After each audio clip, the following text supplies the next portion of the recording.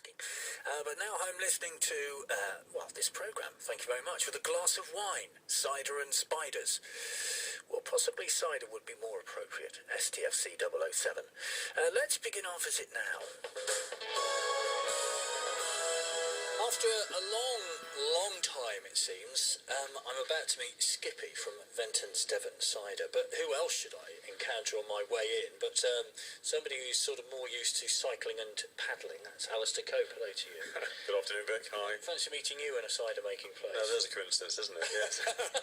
My fuel of the trip, that was. Yes, indeed. And not only that, I arrive and find you're already sampling the delights of the place. Purely sampling, just tasting, that's all. You know, how could I resist? Well, you are my expert sampler, because obviously I can't drink and work as well. So your first impressions? First impression, it's my kind of cider, I have to say. I kind of grew up on still cider, without the fizz, and this is what I've got. And so I've started very well.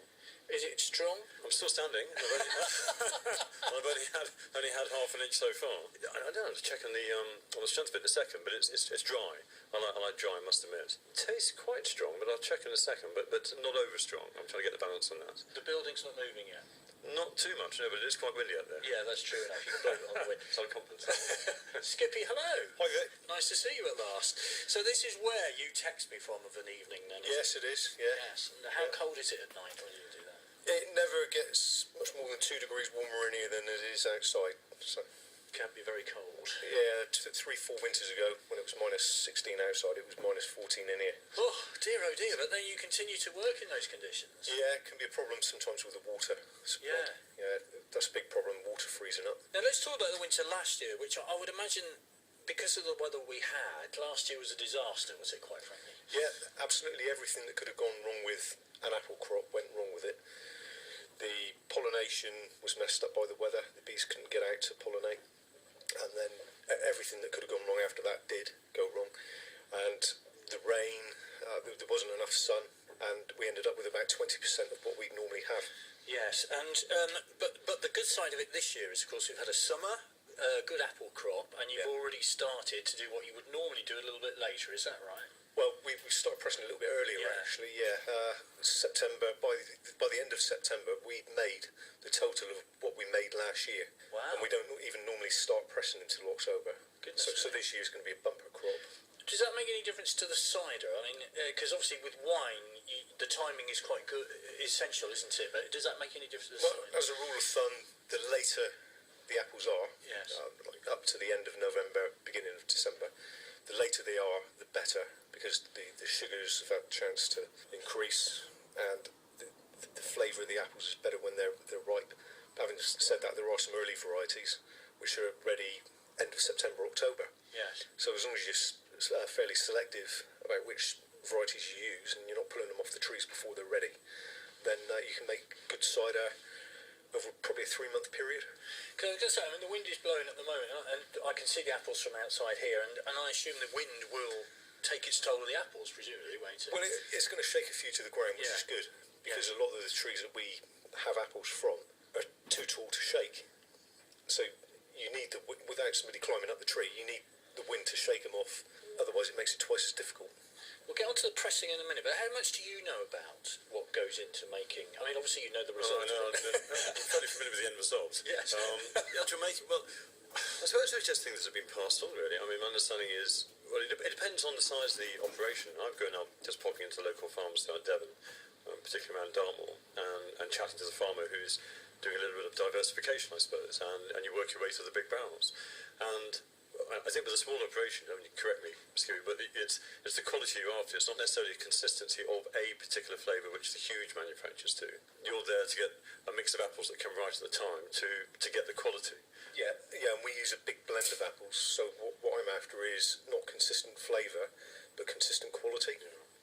And even if I was to do a press and fill 2 barrels up with the same juice off the same press, each of those 2 barrels fermented with wild yeast would make 2 completely different flavoured ciders. It would be recognisable as our cider because each cider barn has its own signature from the wild yeast, but every barrel is different, and that's part of the beauty of making cider naturally with wild yeast.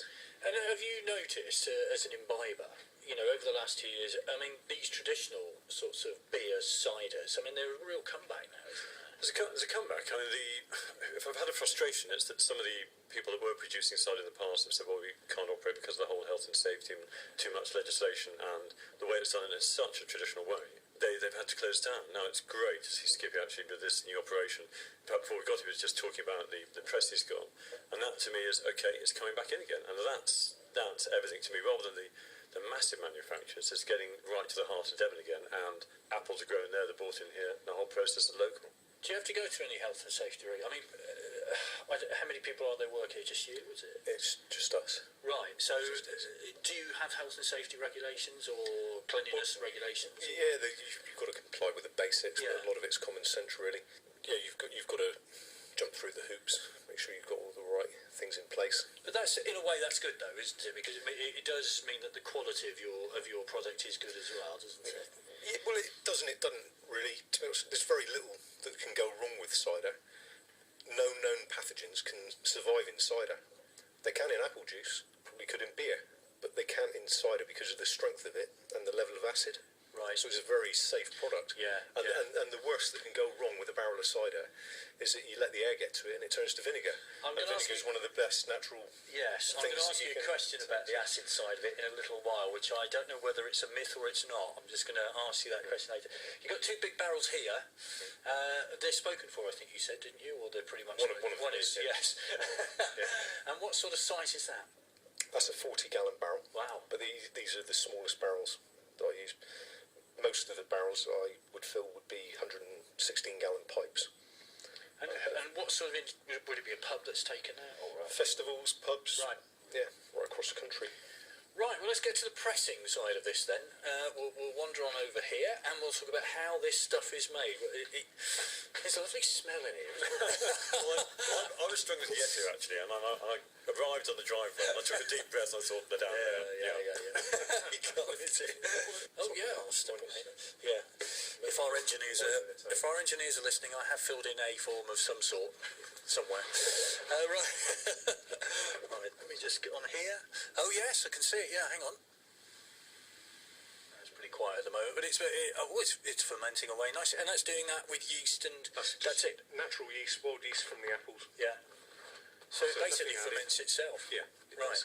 So you mash it up, and then you put it in these things to ferment, and it's the heat really that makes it ferment, isn't it? Is that right? Yeah, ferment faster if it's warmer. Yeah. Yeah. But ideally, we want a slow fermentation. So if you need cider quickly, it's great if it's warmer because it'll ferment quicker. But to make a better quality cider, you need it to be probably about 4 degrees, and for the fermentation to happen over a few months. Skippy from Ventons Devon Cider will be back there throughout the course of the programme.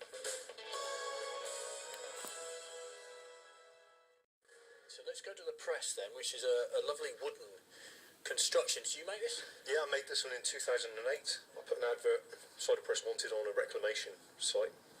A guy in Stroud, Gloucestershire, sent me a picture of what looked like a press, the two Victorian screws and all the oak work. I went up to collect it, and all the oak was completely rotten, no good at all. So I dug the screws out of the ground and then took down an oak tree and built the press from green oak, and I've had to make a few adjustments every year, but it does the job, and we can press about 1.5 tons at a time on it. Mighty impressive thing, isn't it? It's very impressive. I love the look of it. Yeah, it kind of looks like it ought to look somehow. Yeah, it does, and even it was the cheeses that they're called, aren't they? The pile of pulp is called a cheese. I press through straw. I use barley straw. Probably 99% or 99.9% of cider makers use a rack and cloth system. Yeah. Where you've got acacia or ash racks and then the cloth folded back in. Pressing it through straw is the most traditional way, going back to 300-400 years or And do you beyond. change the straw regularly, or...? Every press. Right. Every press will have new straw. To begin with, there'll be a layer of apple. We'll have a frame laid in the dish and put a 2 or 3 inch layer of straw down. Crush the apples, cover the straw with apple, and then keep on going up straw apple, until we get to about 3 or 4 feet tall. We compact it tight around the sides of the frame, raise the frame, and it makes the cube, which is called the cheese. And that will weigh about 1.5 tons in apple weight. And off that we could get probably 200 gallons of juice. Goodness me. just in one operation. And this juice that's in at the bottom, is that waste or is that what you're after? Or No, this is the tail end of the press. This press was made up on Sunday. Yeah. So probably later on today I'll be stripping this one out. Cleaning it. This is stuff. Yeah. When it's flowing, this will be coming out like a hose pipe. Yeah. But it's right at the tail end of it now. Fantastic.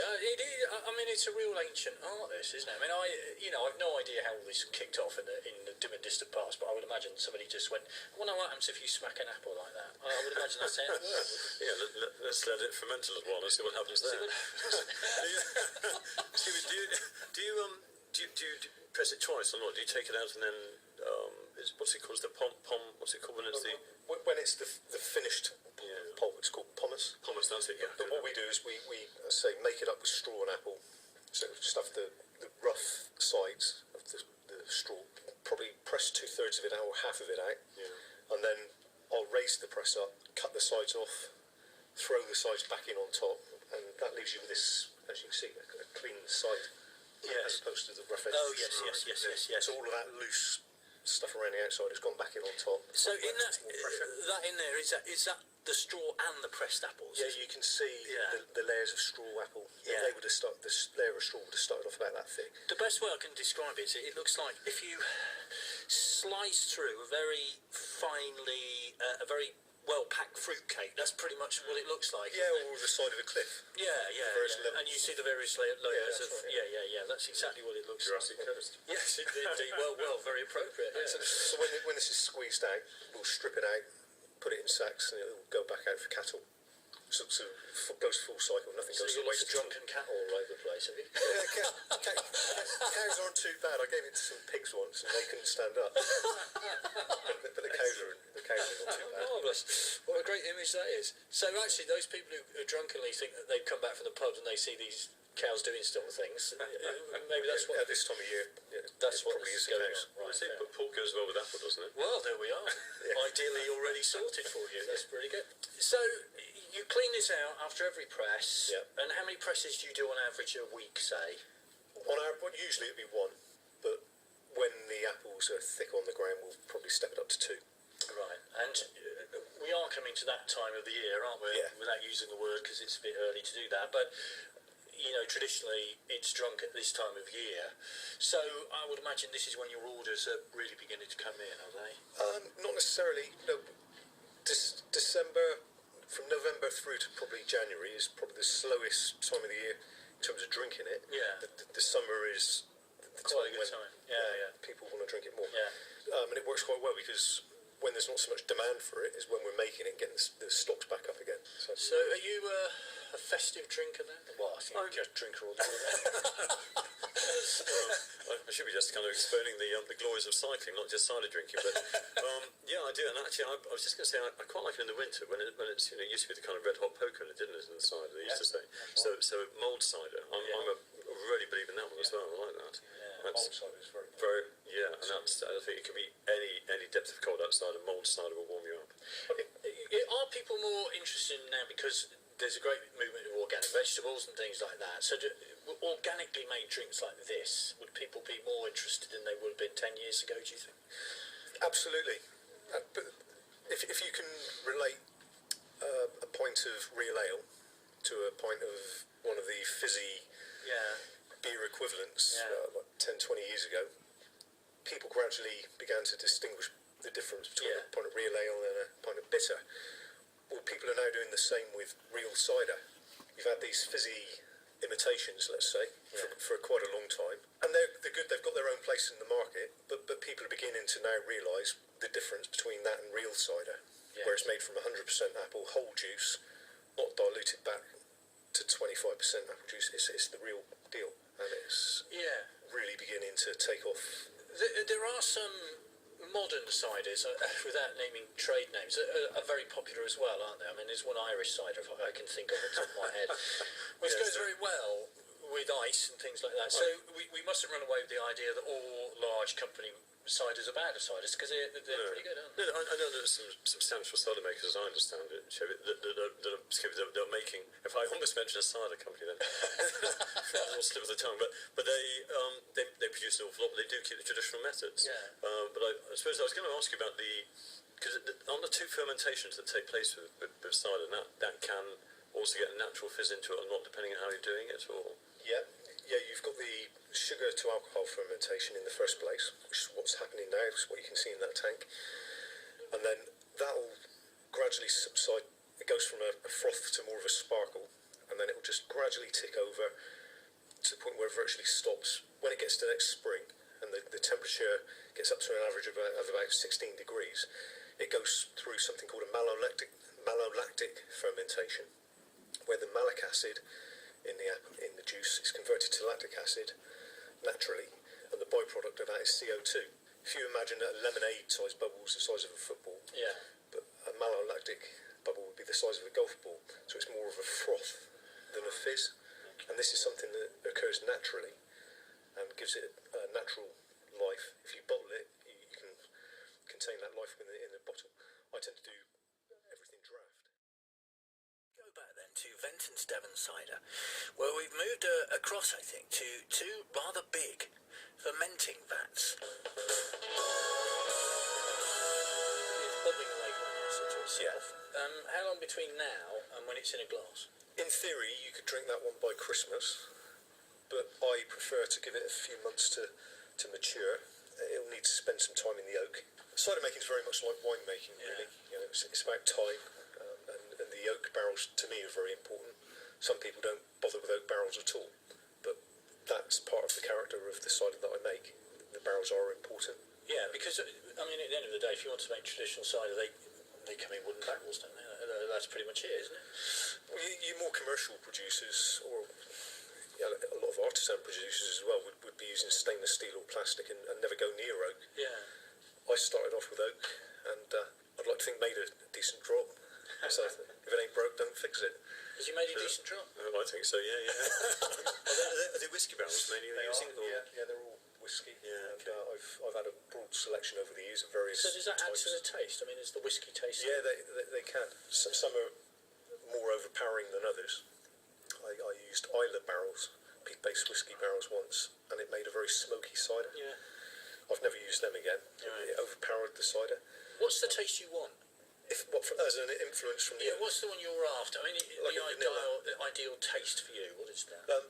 If it's an influence from the oak, I'd like it to be a vanilla kind of background flavour, which I can get from these particular whiskey barrels, which are from a distillery in Argyll in Scotland. And they were bourbon before they were whiskey, and they give it a subtle vanilla background flavour. It's more prominent on the first fill, and then after 2, 3, 4 fills, the influence of the barrel is not quite so strong. But the oak itself adds to the cider, to the complexity of it. I'm going to ask you that question now. There is a myth, and I don't know whether you're going to tell me if it's true or not. My grandmother in Wales used to make cider, and added certain meats to the mix. With legs and tails? I'm not saying what, but apparently it added quite literally to the body of the cider because of the acidic content. It would dissolve the meat. That would have been more protein than acid. Right. I can't believe that anyone ever purposely put certain kinds of meat in cider.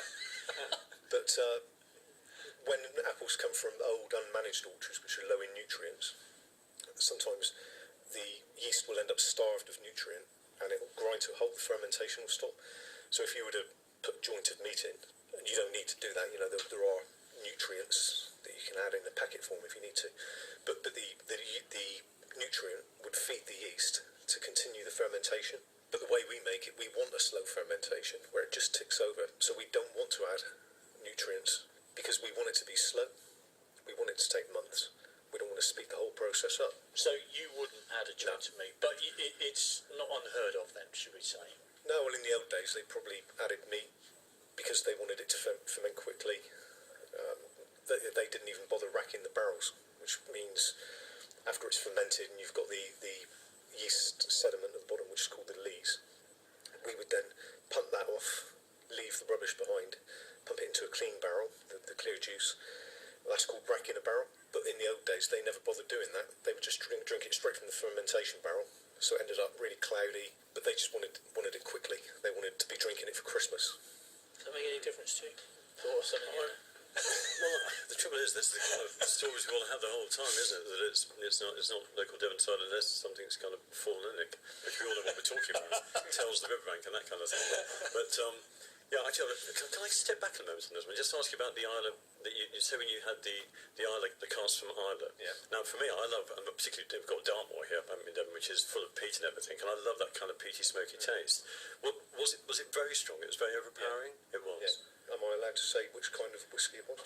I'm not going to stop you. It was a Brie Cladic from Isla, but it was very overpowering. It was like a bit like smoky bacon. Yeah. So you would then decide that was too much for your cider, and so you wouldn't get those barrels again. Yeah. Probably 1 person in 10 might have liked it. Yeah, fair enough. It was too unusual. I could be that one. On the basis that I prefer the kind of West of Scotland whiskies to the Speyside, and I do like that because for whatever reason, wherever I go, wherever I travel, if I've got something which is peaty, smoky, I think of Dartmoor. I can't help it because I've done so much, spent so much of my time there. So if you decide to do it again, give me a call. Got one customer. Well, fantastic. It's been absolutely fantastic. Thank you very much. I think the only thing that remains is to go do the taste test at the end, if that's all right with you. And then, I'm sure I can find some. yeah, you obviously are the one who's going to taste it, because I have a little secret here. If I drink more than that much cider, I do fall over quite It was a lot. about 6.5%, so it should be all right. Yeah. Okay, well, thank you for that. It's fantastic. I mean, it's hard work, I guess, isn't it? I mean, It is. This time of year it is. Yeah. The only reason we started making cider in the first place is because the year we moved in here, there was just a carpet of apples on the floor. Yeah. And I tried 2 or 3 places to give them away. I couldn't give them away. No one was really interested in cider to the level it's at now. And I couldn't give them away. So rather than see them go to waste, I borrowed a friend's small basket type press, made 25 gallons, went around the Devon County show, tasted what was on offer there, and I thought, I know nothing about cider making, but what I've made tastes as good as this, if not better. So I thought I'll enter the show next year, which I didn't get around to doing, but I had the same equipment, made about 50 gallons with this small equipment. And then the third year I built the press, won the first prize at the show, and then first prize the following year as well. And then people were asking for it, and I've just carried on making it ever since. I was going to say, I mean, if this was a stables, I know somebody not too far away is very keen on horse riding. It's the sort of thing you'd see hanging up, because you've got some rosettes and you've got some prizes up there. So congratulations on that. Well, it's a nice recognition of the effort that goes into it, because it is hard work. It's very hard work this time of year. The rest of the year is hard work, checking it's all right and doing the quality control. Yeah, of course. But this time of year, when you're on your hands and knees in the rain and wind picking up apples, it's what we call hard work. Yeah. Fair enough. Let's go get Alistair a drink then. And we'll do that after the 12 o'clock news. Right. Now let's return to Ventons Devon cider for the final part of our visit there. I went along with Alistair Cope. You might remember Alistair, of course, from paddling and peddling from Edinburgh to Exmouth. Well, he's rather partial to a little bit of cider. Let's find out. Oh, he stepped outside. Alistair's just got himself a job. I noticed there's quite a nice little mountain by there. Did you see that? I did. Right, we're outside because I thought it'd be nice actually to see the apple trees, and the wind is blowing, so it's a lovely. It is an autumn afternoon, for goodness sake, and the sun is shining.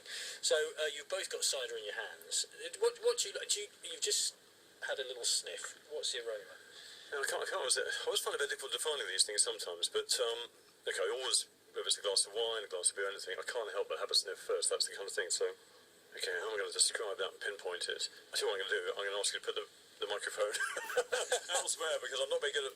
Give me a few seconds. All right, I'll give it a few. What's the ideal aroma there? I mean, you want the apples to come out, obviously. Yeah, first and foremost, it's the characteristic from the apples. Yeah. But we use such a broad blend of apples per press, probably 20 different varieties per press. It's first and foremost the aroma and flavour from the apples. But because we press through straw, there's obviously a certain amount of influence from that, and then you can get some oaky background influence from the barrel itself. Wasps. Yeah. A perennial problem? They've been a problem this year. Yeah, there's Big a lot of problem. them about, aren't there? Because there weren't any Yeah. last year because the weather was so rubbish, but now they're back in abundance. Wasps and hornets this year. The peak of summer, it was an absolute nightmare. Well, you can imagine a cider barn Yeah. full of cider, surrounded by orchards. It was Yeah. wasp heaven. Stinging a lot? They have been. Yes, I can imagine. I haven't been stung by a hornet, luckily. Yeah, wasps are okay, hornets I run. Touch that barrel behind you. I think that's probably the best thing to do. So, what do you reckon? Well, I find it so hard to pinpoint the aroma of it. I mean, you're saying vanilla taste and that side of it. Okay, you can pick that out a little bit. The oak side of it as well. There is that. What would you describe it? There is a kind of oaky kind of taste to it, isn't there? Is that the tannins coming out, or the? Yeah, you do get tannin coming out of the oak. Yeah, the acid from the cider does react with the tannin in the oak, and if I was to fill an oak barrel up with water and then empty the barrel a month later, the water would be running out a golden kind of colour. So I suppose that's bound to influence the colour of the cider, and over time it definitely affects the flavour as well, as an oak barrel would affect the long-term maturing of a wine. Same process. It is. It's exactly the right colour you would expect to see, isn't it? Will this colour change as well? Will it alter once it's actually? Will it deepen? Well, this one is a year old, and it's probably not going to get a chance to change too much more. Why is that? but you do notice with the young ciders that there's a big change between now and next April. If we pressed cider now, for me it's not really ready until at least March or April next year. It goes through a lot of changes up to that point, and then after that point it just slowly matures without any drastic overnight changes. Yeah. Unlike human beings, of course. Have lots of drastic changes. So, what do you reckon? Decent pint? Yeah, it's a very nice. This tastes. It's a memory lane stuff. I kind of grew up and. Like I went to school in Exmouth, and I can remember wandering up the road with my mother's mother's empty sherry bottles to actually have them filled up with cider, and then we go down the beach and take the guitars and lose quite a few evenings that way. And it's got that real traditional taste to it of me that it's dry. I like the dry side of it. I mean, sweet stifles it too quickly, I think, and I think that's you can taste it much more if it's dry than if it's sweet. So it's dry. It's I was going to say almost Charlie Couture. You want to keep tasting it and spinning it around a little bit. So it's a good for me. That's a really. I'm not being very descriptive here, but I'm really enjoying it. Yeah. As a cider drinker, though, it's pretty good. It is. It's very good. Yeah, that's a good drop. That's a good drop. That's a relief. Yeah, it would have been awful if he'd said it's horrible. Yeah. I don't know what I'd have done there, really. I probably would have slunk away in embarrassment. Well, all I can say to both of you, gentlemen, is cheers. Thank you. Cheers. Thank you. Thanks for coming to visit. And my great thanks to Skippy from Ventons, Devon Cider, and to Alistair Cope, of course. And there we are, our visit to a cider manufacturing barn. Enjoyed it hugely.